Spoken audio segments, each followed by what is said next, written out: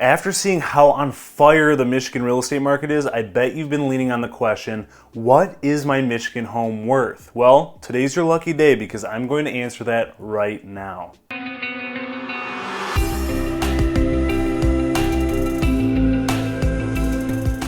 What's going on, everyone? Andrew McManamon here, a licensed real estate professional in the great state of Michigan, giving you another video about living in Michigan, where I've received numerous texts, calls, and emails from people wanting to move within and relocate to this fine mitten state. So let this be the resource for you to do the same. So what is my Michigan home worth? A question that gets increasingly harder to answer as the years go on, as endless services and companies like Zillow, Trulia, and Realtor.com all create home value estimators and Zestimates to give homeowners out there an idea of how much their home is truly worth, while attempting to skip the middleman, the realtor. Let's pick on Zillow for a second.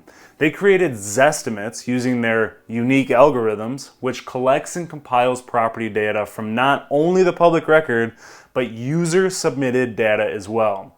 I have read from numerous sources and experienced myself that they tend to be off upwards of 7% and beyond, which is a huge amount, especially if you're a seller wanting to profit as much as possible. All that just to say, don't skip the middleman in this situation. It's not convenient. It's actually doing more harm than good, giving you false hope or making you feel like you don't have as much equity in your home as you actually do. So if you're in Michigan or around the southeast area, feel free to reach out and I would be happy to do a complimentary home analysis for you. Feel free to hit the link in the description below to be redirected to my website where you can enter information to allow me to do just that. What does this home analysis consist of, you may be wondering? For realtors, they reference the Realtors Property Resource, or RPR, which is a resource created by the National Association of Realtors to create an idea of approximately how much a home could sell for based on MLS, or multiple listing service data, with a 1 to 5-star confidence rating. Think of it as a realtor's estimate with a little more accuracy. It's a starting point. At that point, a realtor will go on the MLS and look up active, pending, and sold home listings within a mile or so radius from the subject property, which would be yours. Then finer details will be put into place. Oftentimes I hear about homeowners who perform their own home analysis without considering the property itself. If a Zestimate tells you your home is $200,000, that doesn't mean a home for sale right now for $200,000 is comparable to yours. You need to compare the home style, colonial, ranch, multifamily, etc., because you don't want to compare your open concept ranch to a split level home. Split level homes are already less desirable based on the amount of stairs and the lack of seamlessness in the home. At that point, you could be undercutting your home's true value. So here's a couple rules of thumb. The listing age. When doing a comparable market analysis, it's important to use properties that were listed within 6 to 12 months time frame. If you're finding hardship in getting comparables within 6 months, jump it to 12 months. If you're in an area that's full of inventory that's selling, I like to start at 30 days because a freshly sold home is a golden comparable for you. And with the real estate market changing more than I change my clothes, it's best to be as newly sold as possible.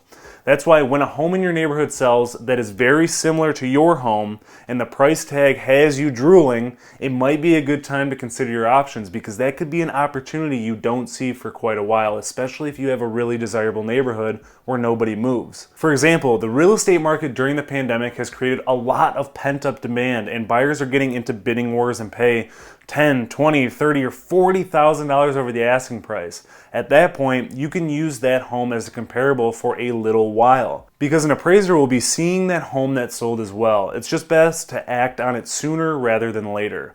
The home's age. You'll want comparables to be within 5 years of age with your subject property.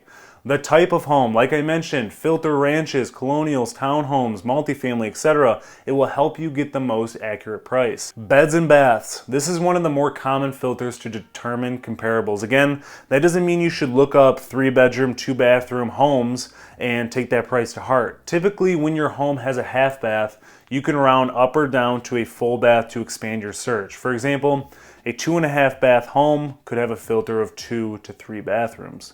Garages. Garages are an important feature for a home, so if you don't have one, try not to compare it with a home with one, unless you have a pole barn that offers a similar amount of space and features. Acreage. In the city, this filter doesn't matter so much, but when there are homeowners on 5, 10, 15, 20 plus acres, it's something you'll want to filter. Land is a hot commodity since they don't make it anymore, and with homes on that much land, you can bet it's a selling point. So if you don't include acreage in that situation, you'll definitely undercut your listing price. Pool or lake. This may sound like a given, but there have been a lot of people who didn't understand the value these two features provide. If your home has a pool, account for it. If it has a lake, definitely account for it, because it takes a simple Google search to see that a 2-bedroom, 1-bathroom house on a lake will go for boatloads more money than a home like that not on a lake. No pun intended. Last but not least, if there are results after all these filters, factor in the neighborhood. The goal is to try and stay within that same neighborhood as the subject property. A lot of times it isn't always possible, but it's a clear indicator how to price your home, or a starting point at least, if you can set your parameters to 1 to 2 miles from the subject property.